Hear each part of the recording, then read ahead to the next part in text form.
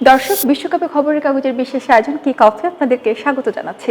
আগামীকাল ভোর 4টায় বিশ্বকাপের অন্যতম আলোচিত ম্যাচে মুখোমুখি হবে আর্জেন্টিনা ও কেপ ভার্দে। বাংলাদেশের ফুটবল প্রেমীদের জন্য এটি শুধু একটি ম্যাচ নয়, বরং আবেগ ও নানান ধরনের প্রত্যাশা। দেশের অসংখ্য আর্জেন্টিনা সমর্থক এবং যারা সমর্থক নন তারাও কিন্তু ভোর পর্যন্ত জেগে প্রিয় দলের খেলা দেখার অপেক্ষায় রয়েছেন। এই ম্যাচের গুরুত্ব অনেক। সমীকরণ পরিষ্কার, জয় পেলে আর্জেন্টিনা নিশ্চিত করবে রাউন্ড অফ 16-এর টিকিট, আর যদি কাঙ্ক্ষিত ফল না আসে তাহলে তাদের বিশ্বকাপ যাত্রা শেষ হওয়ার শঙ্কা তৈরি হবে। তাই শুরু থেকে আর্জেন্টিনার লক্ষ্য থাকবে ম্যাচের নিয়ন্ত্রণ নিজেদের হাতে রাখা।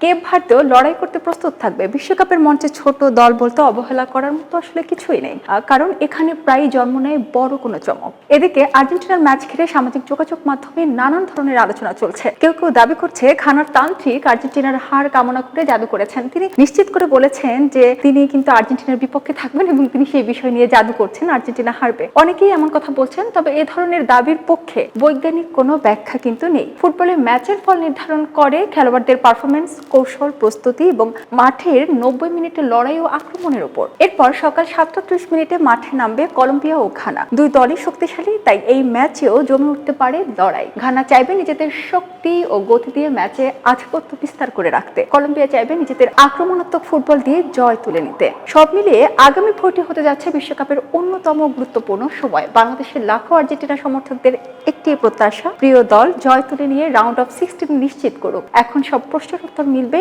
মাঠে কারা দেখাতে পারে নিজেদের শক্তির পরিচয়। খবরের কাগজ, নিখাত, নির্ভীক, নিরপেক্ষ।